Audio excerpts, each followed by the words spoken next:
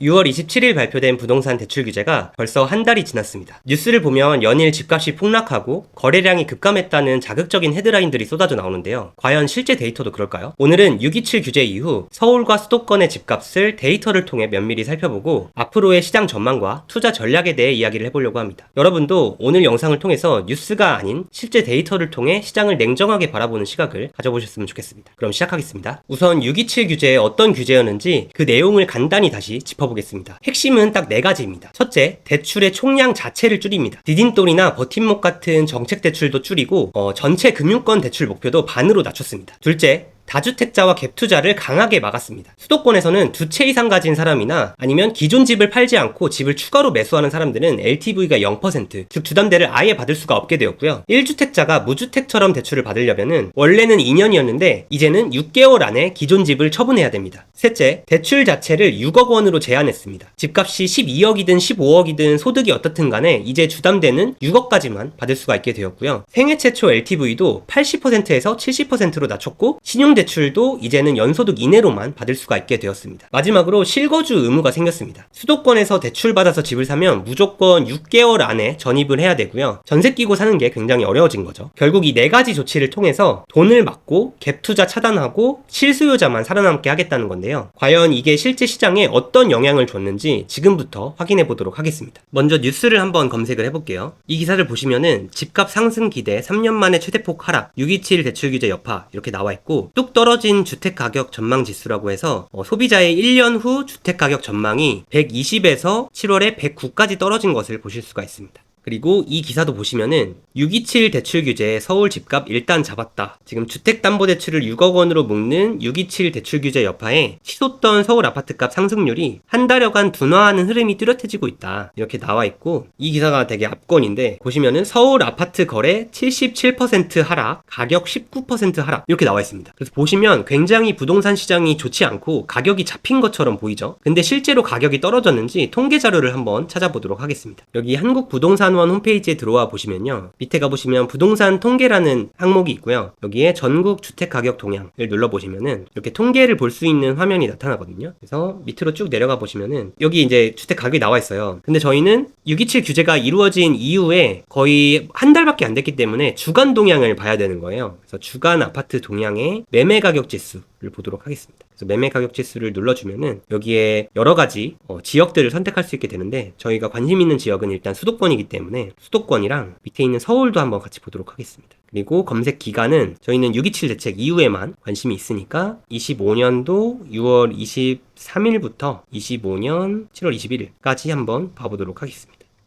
그래서 보시면은 여기 수도권 서울에 25년 6월 23일부터 7월 21일까지 약 5주간의 그 주택가격 증감률이 나와 있는 거예요. 6월 23일에 그러니까 그 627 대출 규제가 나오기 4일 전에 주택가격 지수는 수도권 기준으로 100.61이었는데 이게 6월 23일에서 6월 30일 나오기 전에 딱 규제가 나온 거잖아요. 근데 그때도 100.78로 조금 오른 것을 보실 수가 있습니다. 그리고 그 이후에도 보시면은 100.89, 100.96, 101.02 이런 식으로 지속적으로 수도권 아파트 가격은 오르고 있는 상황이에요. 서울도 마찬가지거든요. 102.06부터 102.47, 102.76, 102.96, 103.13 이런 식으로 증감률이 약간 둔화되고 있기는 하지만 627 대출 규제 이후에도 부동산 가격은 오르고 있는 상황입니다. 그러면은 이 아파트 가격 보시면은 아까 보셨던 이 가격이 19%가 하락했다는 이 기사는 뭔가 자세하게 읽어봤는데 서울 아파트는 총 2,506건이 거래돼서 직전 사주보다 76.6%가 급감했대요. 그러니까 거래량이 급감한 거는 맞는 거예요. 근데 가격 여기 보시면은 대책 이후에 서울 아파트 중위 거래 가격은 8억 9,500만 원으로 대책 전 11억 원보다 2억 원 넘게 떨어졌다. 이게 가격이 떨어졌다는 것의 증거거든요. 근데 보시면은 이게 중위 거래 가격이지 실제로 똑같은 아파트가 2억 원 떨어졌다 이런 얘기가 아니라 거래가 된 아파트들 중에서 원래는 대출 규제 이전에는 대출이 많이 나오니까 11억 원 정도의 비싼 아파트들이 많이 거래가 됐는데 대출 규제 이후에는 이제는 8억 9,500만 원으로 좀 싼 아파트들이 더 많이 거래가 됐다는 거예요. 한 아파트의 가격이 2억 원이 떨어졌다 이런 얘기는 아닌 겁니다.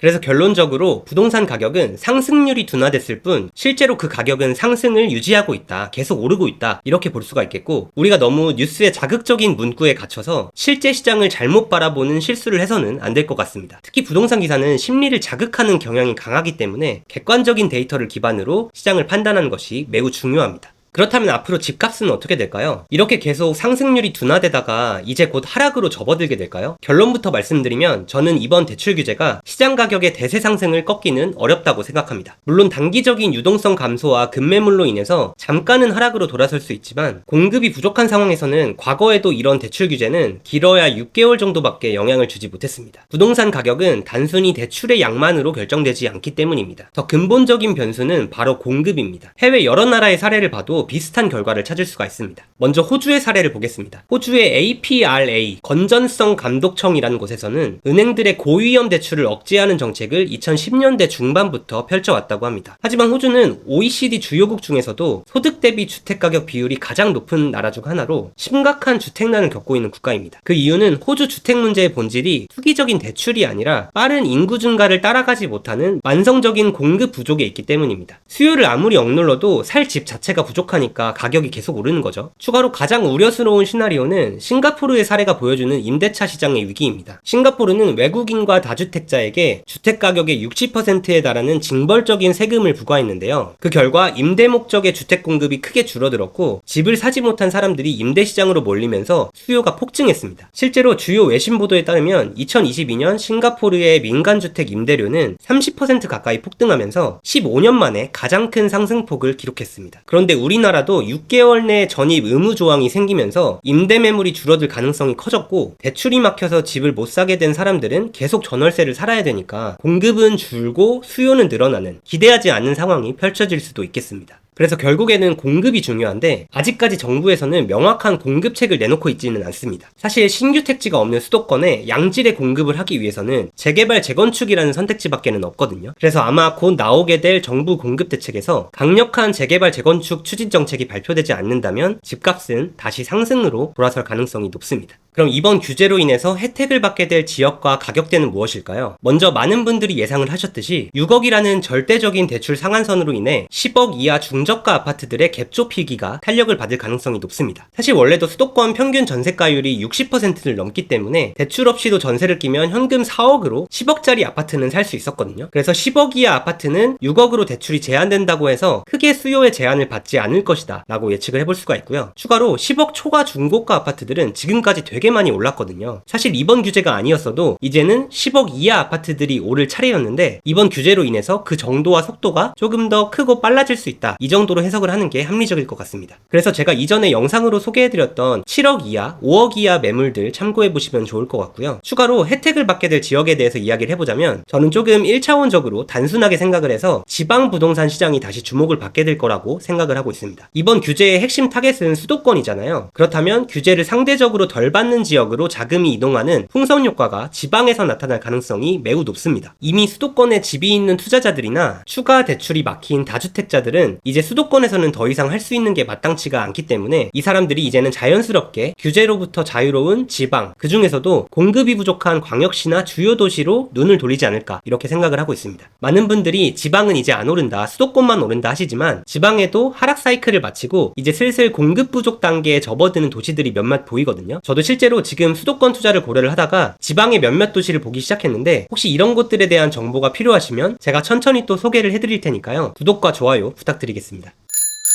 다시 한번 강조드리고 싶은 건 뉴스 헤드라인보다 데이터가 더 정확하다는 것, 그리고 부동산 시장은 단기적인 정책보다 더 근본적인 변수인 공급에 따라 움직인다는 사실입니다. 이번 규제로 당분간 시장이 숨을 고를 수는 있겠지만 근본적인 공급 문제를 해결하지 않는 한 중저가 아파트나 규제를 덜 받는 지역을 중심으로 또 다른 상승의 불씨는 이어질 가능성이 높다고 생각을 합니다. 앞으로도 이런 데이터 기반 분석을 지속적으로 전달을 해드릴 테니까요. 오늘 영상이 도움이 되셨다면 구독과 좋아요, 그리고 댓글로 여러분의 생각도 남겨주시면 좋을 것 같습니다. 여러분과 함께 시장을 공부하고 더 나은 선택을 해나가고 싶습니다. 그럼 다음 영상에서 또 뵙겠습니다. 감사합니다.